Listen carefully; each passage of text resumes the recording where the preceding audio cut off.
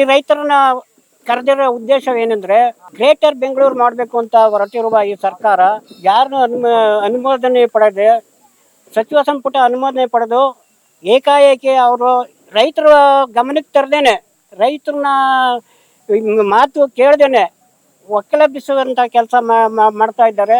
ರೈತರು ಹೋರಾಟ ಮಾಡಬೇಕು ಅಂತ ಹೊರಟಿದ್ದೀವಿ ನಾವು. ಈಗ ರೈತರ ಹೋರಾಟಕ್ಕೆ ಈ ಸಭೆಯಲ್ಲಿ ಇರತಕ್ಕಂಥ ಎಲ್ಲರೂ ಬೆಂಬಲ ಕೊಡಬೇಕು. ನಾವು ಯಾಕೆ ಈ ಸಭೆಗೆ ಕರೆದಿದ್ದೀವಿ ಅಂದರೆ, ಈಗ ಈ ಭಾಗದ ಸಂಸದರು ಆದ CM ಮಂಜುನಾಥ್ರವರು ಮತ್ತು ದೇವೇಗೌಡರು ಇವ್ರನ್ನ ಈ ಭಾಗದ ರೈತರನ್ನ ಒಕ್ಕಲೆಬ್ಬಿಸಬೇಡಿ, ಇಲ್ಲಿ ಸಣ್ಣ ಮತ್ತು ಅತಿ ಸಣ್ಣ ರೈತರ ಇರೋದು, ಇಲ್ಲಿ ದನ ಕರು ಸಾಕೊಂಡು ಹಾಲು ಉತ್ಪಾದನೆ ಮಾಡಿಕೊಂಡು ಬೆಳೆ ಮಾಡಿಕೊಂಡು ತೆಂಗು ಬಾಳೆ ತೋಟ ರೇಷ್ಮೆ ಎಲ್ಲ ಮಾಡಿಕೊಂಡು ಅವ್ರ ಜೀವನೋಪಾಯ ಸಾಗಿಸ್ತಿದ್ದಾರೆ. ಇಲ್ಲಿ ಅತಿ ಹೆಚ್ಚು ಅಂದರೆ 1 ಎಕರೆ ಅರ್ಧ ಎಕರೆ 10 ಗುಂಟೆ ಜಮೀನ್ದಾರನೇ 60% ಇದ್ದಾರೆ. ಇವ್ರನ್ನ ಒಕ್ಕಲೆಬ್ಬಿಸಬೇಡಿ, ಈ ಪ್ರಾಜೆಕ್ಟ್ ಕೈ ಬಿಡಿ, ರೈತರು ಬೀದಿ ಪಾಲಾಯ್ತಾರೆ ಅಂತ ಹೇಳಿದಾಗ ಮೈಸೂರಿನಲ್ಲಿ ನಮ್ಮ DCM DK ಶಿವಕುಮಾರ್ ಅವರು ನಾವು ಇವಾಗಲೇ ಎಲ್ಲರನ್ನೂ ಕರೆದು ಮಾತಾಡಿದ್ದೀವಿ. 80 ಭಾಗ ರೈತರು ಒಪ್ಕೊಂಡಿದ್ದಾರೆ. 80 ಭಾಗ ರೈತರು ಒಪ್ಕೊಂಡಿದ್ದಾರೆ. ನಾವು ಒಳ್ಳೆ ಮನೆ ಕಟ್ಸ್ಕೊಡ್ತೀವಿ, ಒಳ್ಳೆ ಪ್ರಾಜೆಕ್ಟ್ ಮಾಡ್ತೀವಿ ಅಂತ ಹೇಳ್ಕೊಂಡಿದ್ದಾರೆ. ಇಲ್ಲಿ ಎಲ್ಲ ರೈತರು 24 ಹಳ್ಳಿ ರೈತರು ಬಂದವ್ರೆ. ಯಾವಾಗ ನಿಮ್ಮನ್ನ ಸಭೆ ಕರೆದಿದ್ರಪ್ಪ? ಯಾವಾಗ ಕರೆದಿದ್ರೆ ಹೇಳ್ರಿ. ಆಮೇಲೆ ಈ ಭಾಗದ ಶಾಸಕರು ಆದ ಬಾಲಕೃಷ್ಣ ಅವರು ಇದು 3ನೇ ಬಾರಿ ಗೆದ್ದಿರೋದು. ಅವ್ರಿಗೆ ನಾವು ಏನು ಆಕ್ರೋಶನ? ಅವರಾದ್ರೂ ಬಂದು ರೈತರಿಗೆ ನಾವು ಇಂಥ ಪ್ರಾಜೆಕ್ಟ್ ಮಾಡ್ತೀವಿ, ರೈತನ ಸಭೆಯನ್ನ ಕರೆದು ಇಂಥ ಪ್ರಾಜೆಕ್ಟ್ ಮಾಡ್ತೀವಿ, ನಿಮ್ಗೆ ಅನುಕೂಲ ಮಾಡ್ತೀವಿ ಅಂತ ಯಾವತ್ತಾದ್ರು ಸೌಜನ್ಯಕ್ಕಾಗಿ ಒಂದು ದಿವಸ ಅವರು ಈ 2 ವರ್ಷದಿಂದ ಈ ನಮ್ಮ ಇದಕ್ಕೆ ಕಾಲಿಕ್ಕವ್ರ? ಅದು ಇಲ್ಲ. ಗೇಟ್ ಬೆಂಗಳೂರು ಅಭಿವೃದ್ಧಿ ಪ್ರಾಧಿಕಾರದ ಅಧ್ಯಕ್ಷರಾದಂಥ ಗಾಣಕಲ್ ನಟರಾಜ್ ಅವರು ಯಾವತ್ತಾನ ಬಂದು ಇಲ್ಲದೆ ರೈತರನ್ನ ಮಾತಾಡ್ಸಿದಾರ? ಈ ಭಾಗದಲ್ಲಿರೋ ರೈತರು, ನಾವು ಹೆಸರು ಹೇಳಕ್ ಬರಲ್ಲ, ಈ ಭಾಗದಲ್ಲಿರೋ ರೈತರು, ಈ ಭಾಗದಲ್ಲೇ ಇರೋ ಅಂಥವ್ರು ರೈತರು ಕಷ್ಟ ಸುಖ ನೋಡಿರೋ ಅಂಥವ್ರು, ಜಮೀನು ಇಲ್ದವರು ಬೇರೆಯವ್ರ ಹುಲ್ಗಾವಲ ಏನೋ ಮಾಡ್ಕೊಂಡು 2 ಹಸುಗಳು ಸಾಕೊಂಡು ಜೀವನ ಮಾಡ್ತಾ ಇರೋ ಅಂಥವ್ರದ್ದೆಲ್ಲ ಅವ್ರಿಗೆ ಗೊತ್ತಿದೆ. ಅವ್ರೇನೋ ಜಮೀನಿರೋ ಉಳ್ಳವರು ಏನೋ ನಮ್ಮಂಗೆ ಇರ್ಬೋದು, ನಮ್ಮಂಗೆ ಇದು ಮಾಡ್ಕೊಳ್ಬೋದು ಅಂದ್ಬಿಟ್ಟು ಅವ್ರು ಮಾತಾಡ್ಕೊಂಡು ಅವ್ರ ಜೊತೆ ಕೈ ಜೋಡಿಸ್ಕೊಂಡು ನಮ್ಮನ್ನ ಇಲ್ಲಿ ನಿರಪರಾಧಿಗಳನ್ನೆಲ್ಲ ಒಕ್ಕಲೆ ಬೀಳ್ಸೋದು ಸರಿಯಲ್ಲ. ಇದು ಇವಾಗಲೇ ನೋಡಿ, ಈ ಬೆಂಗಳೂರು ಈ ಅಂತಾರಾಷ್ಟ್ರೀಯ ವಿಮಾನ ನೆಲಮಂಗಲಕ್ಕೆ ಬಂದಾಗ ಇಷ್ಟು ರೈತರು ಹೋರಾಟ ಮಾಡ್ತಾ ಇದ್ದಾರೆ. ಅನ್ನ ಆಹಾರ ಇಲ್ಲದೆ ಅವರು ಆಸ್ಪತ್ರೆಗೆ ಸಾಗಿಸ್ತಾವ್ರೆ.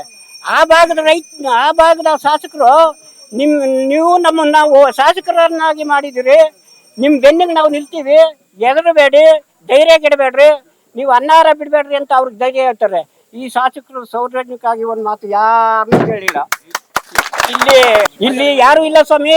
ಯಾವ ಗ್ರೇಟ್ ಬೆಂಗಳೂರು ಶಾಶ್ವತ ಅಲ್ಲ, ನಾವು ಶಾಶ್ವತ ಅಲ್ಲ, ಈ ಮಾಡೋರು ಶಾಶ್ವತ ಅಲ್ಲ. 75 ವರ್ಷದೊಳಗಡೆ ನಾವು ಯಾವಾಗ ಸಾಯ್ತೀವೋ ನಮಗೆ ಅದು ಈ ಮಧ್ಯೆ ಯಾವಾಗ ಸಾಯ್ತೀವೋ ಅದು ಗೊತ್ತೂ ಆಗಲ್ಲ. ಯಾವುದು ಶಾಶ್ವತ ಅಲ್ಲ.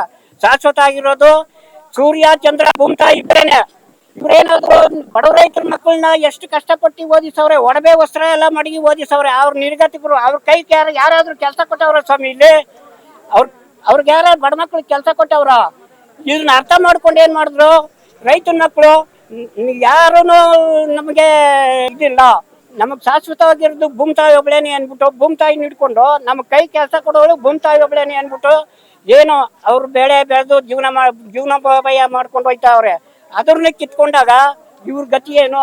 ಜಮೀನೇ ಹೋದಾಗ ಇದ್ದು ಸತ್ತಂಗೇನೆ. ನಾವು ಜಮೀನ್ ಕಳ್ಕೊಂಡ್ಮೇಲೆ ಮುಗ್ದೇ ಹೋಯ್ತು ನಮ್ ಕತೆ. ನಾವು ಜಮೀನ್ ಕೊಡಲ್ಲ, ಊರ್ ಬಿಡಲ್ಲ. ನಮ್ಮ ತಾಯಿ ತಂದೆನ ಊತಿರೋ ಜಮೀನುಗಳ ಮೇಲೆಲ್ಲ ಇವರು ಗ್ರೇಟ್ ಬೆಂಗಳೂರು ಪ್ರಾಧಿಕಾರ ಮಾಡೋದು, ಅದ್ರ ಮೇಲೆ ಇವರು ಗ್ರೇಟ್ ಬೆಂಗಳೂರು ಇದು ಕಟ್ಟೋದು, ನಮ್ಮ ತಾಯಿ ತಂದೆಗೆ ಪೂಜೆ ಮಾಡ್ದಂಗೆ ಗೋರಿ ಮೇಲೆ ಇವರು ಮನೆಗಳು ಕಟ್ಟೋದು. ಯಾವ ನ್ಯಾಯ ಸ್ವಾಮಿ? ನಾವು ಭೂಮಿ ಕೊಡಲ್ಲ ಸ್ವಾಮಿ. ಇವರು ಮೊದಲು ಬಂದಾಗ ಮಣ್ಣಿನ ಮಕ್ಕಳು ನಾವು ಅಂತ ಬರ್ತಾರೆ, 3 ಪಕ್ಷದವರು ಅಷ್ಟೇ. ನಾವು ಮಣ್ಣಿನ ಮಕ್ಕಳು. ಸರ್ಕಾರ ಕೈ ಮುಗಿತಾರೆ.